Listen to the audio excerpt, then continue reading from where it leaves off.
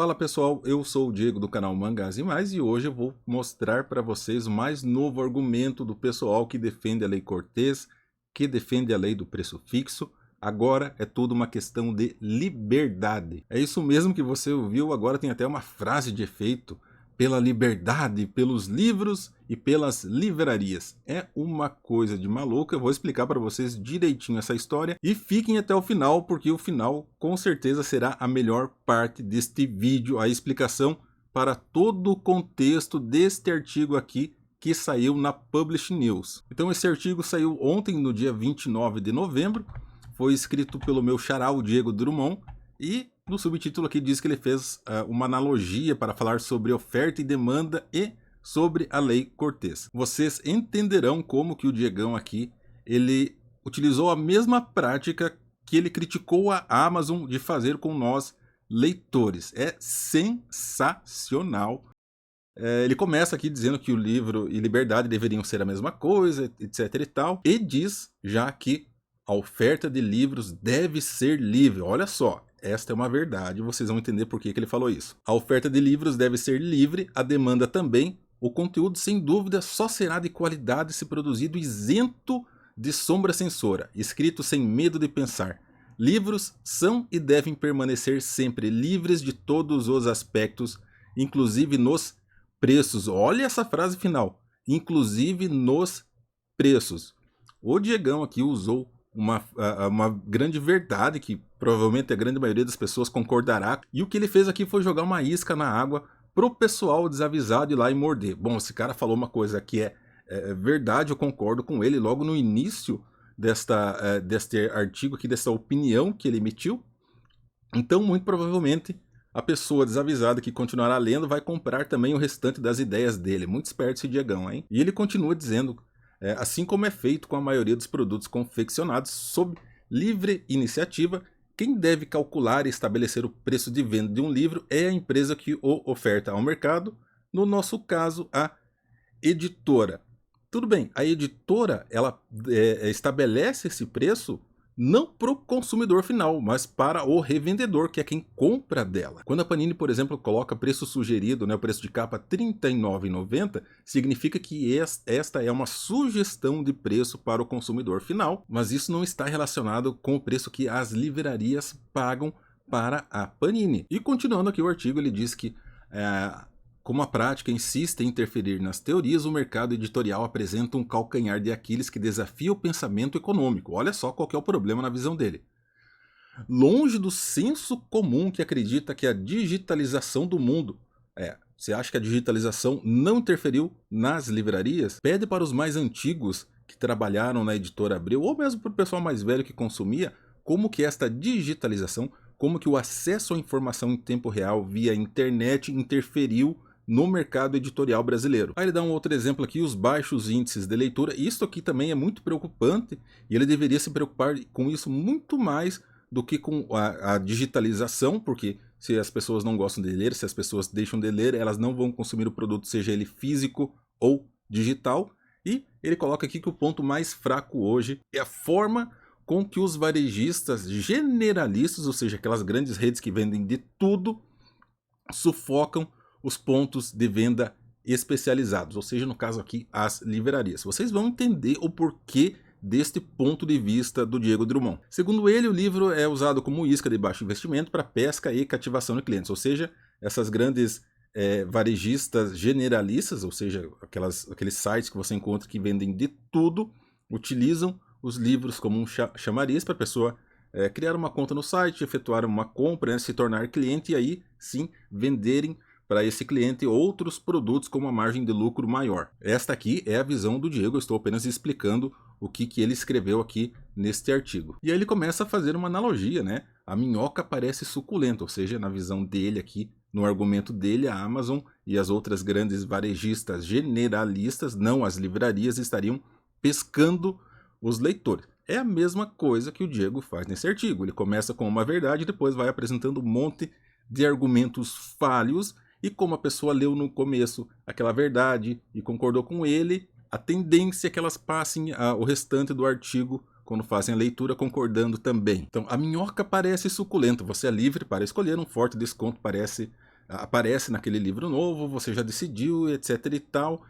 É um monte de baboseira aqui que ele escreve, que é a tática inteligente, agrada os consumidores, que deduzem que tudo que o varejista faz é para favorecê-lo.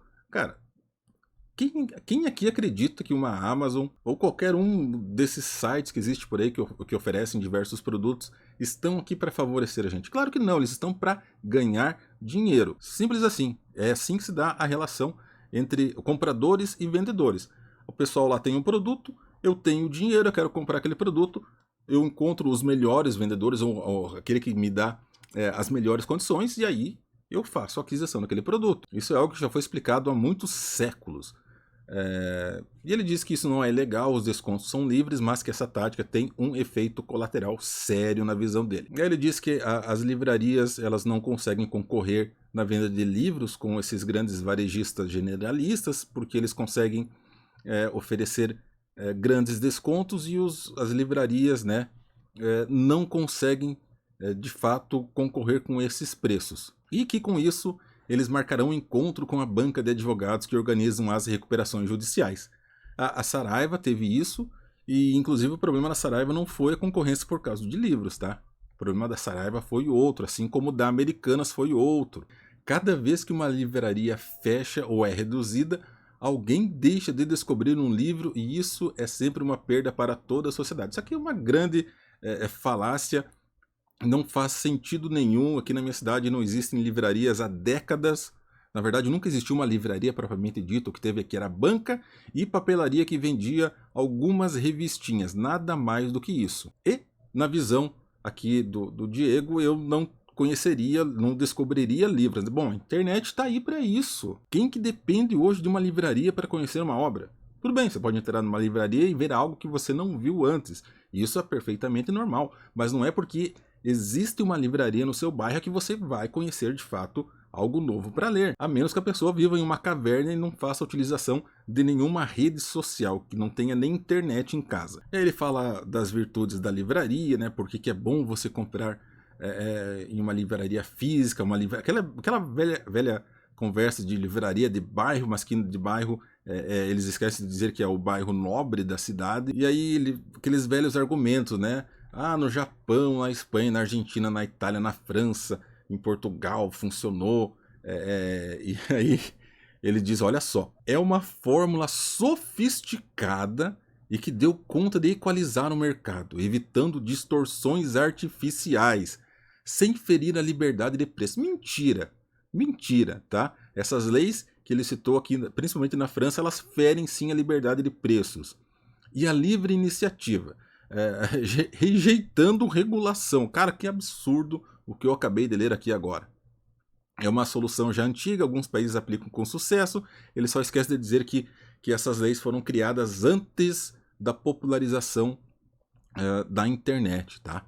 Então, talvez fazia sentido para aquela época, mas hoje não. E essas leis aqui que foram criadas, a própria lei Cortez, ou lei do preço fixo, nada mais é do que a criação de um grande cartel dentro do segmento de livros aqui no Brasil, e quem sai prejudicado com isso são os leitores, os consumidores. Sempre desconfie de alguém que defende a lei Cortez, tá? Algum interesse tem por trás disso, e eu vou mostrar para vocês no final desse vídeo qual é o interesse aqui do rapaz que escreveu este artigo. As editoras determinam livremente os preços e podem modificá-los a qualquer tempo, e não existe tabelamento ou estado interferindo no preço do produto. O que ele esquece de dizer aqui, essa livre determinação de preços é por parte das editoras, não por parte de quem vende para o consumidor final. Isso aqui já existe agora no Brasil.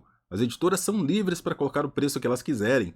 O problema é que a Lei Cortez não mexe nisso. A Lei Cortez mexe no preço final que vai para o consumidor. E isso não tem nada a ver com o preço de capa. Aí aquela velha choradeira de sempre, e ele diz assim que estudos sólidos comprovam.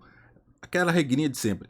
Falou que tem estudos que comprovam e não mostrou os estudos, não tem estudo nenhum. Se tivesse, ele teria apresentado aqui. E no final ele diz que o mercado editorial brasileiro adapta, assimila, negocia, etc e tal, e termina com aquela frase de efeito, né?